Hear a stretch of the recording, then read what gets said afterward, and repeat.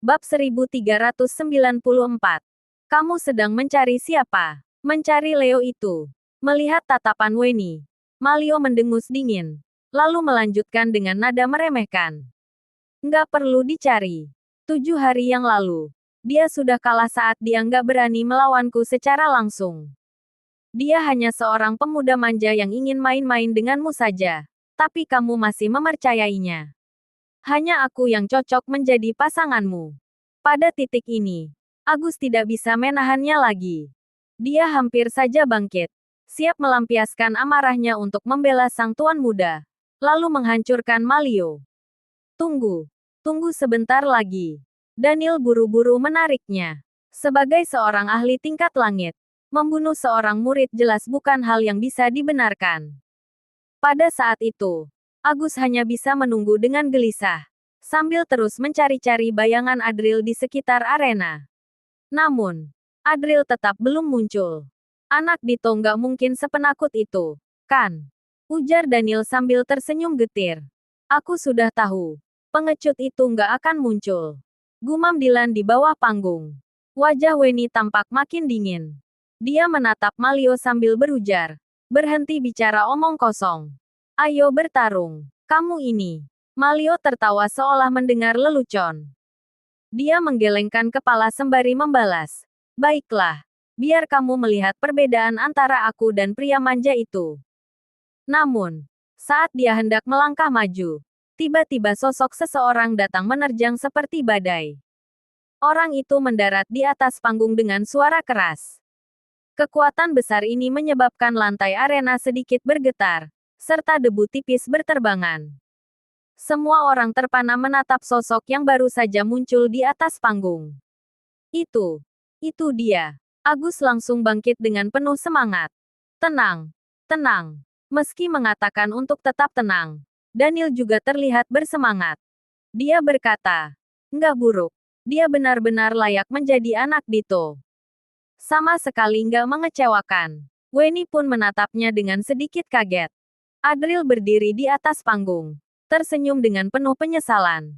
Suara lembutnya entah bagaimana mampu menenangkan hati Weni. Maaf, aku datang terlambat. Ada sedikit urusan yang harus diselesaikan. Dia benar-benar datang. Malio mengerutkan keningnya sambil mendengus dingin. Matanya menunjukkan ketidaksenangan. Leo, dia sangat kuat, kata Weni yang tampak sedikit cemas. Sebenarnya aku juga cukup kuat, kata Adril sambil menggaruk kepalanya. Dia tampak sedikit bingung harus bagaimana menjelaskannya. Kemudian, dia menatap Malio sambil mengepalkan tinjunya hingga terdengar suara retakan tulang. Menyipitkan mata. Lalu berkata, tadi kamu yang mengejekku dan calon istriku, kan? Kamu. Malio merasa sikap sombong Adril ini sangat lucu. Namun, dia segera mengerutkan keningnya, tertawa dingin dengan nada menghina. Lalu bertanya, calon istri. Apa kamu pikir kamu pantas? Sambil mengatakan ini, Malio melirik Weni. Menurutnya, bagaimana mungkin Weni lebih memilih Adril, yang hanya seorang putra kaya manja, yang hanya bisa menunjukkan sikap dominan seperti ini. Namun, wajah Weni tiba-tiba merona. Dia memalingkan wajah sambil berkata, adik junior Leo, kamu jangan asal bicara. Rona merah di wajahnya sudah cukup untuk menjelaskan segalanya. Malio tertegun. Matanya membelalak dengan penuh amarah. Kehilangan kendali sepenuhnya. Adril tersenyum simpul saat menanggapi. Aku nggak asal bicara. Aku benar-benar calon suamimu. Mulai sekarang, siapapun yang berani mengganggu tunanganku, akan berurusan denganku. Dengan percaya diri, Adril menunjuk ke arah Malio, lalu melanjutkan. Dimulai dari kamu dulu. Apa yang dia bicarakan? Bukankah tunangan Weni adalah Adril? Dia merayu gadis tanpa tahu batasannya. Bahkan berusaha merebut tunangan orang lain. Aku nggak akan bersikap sebodoh itu.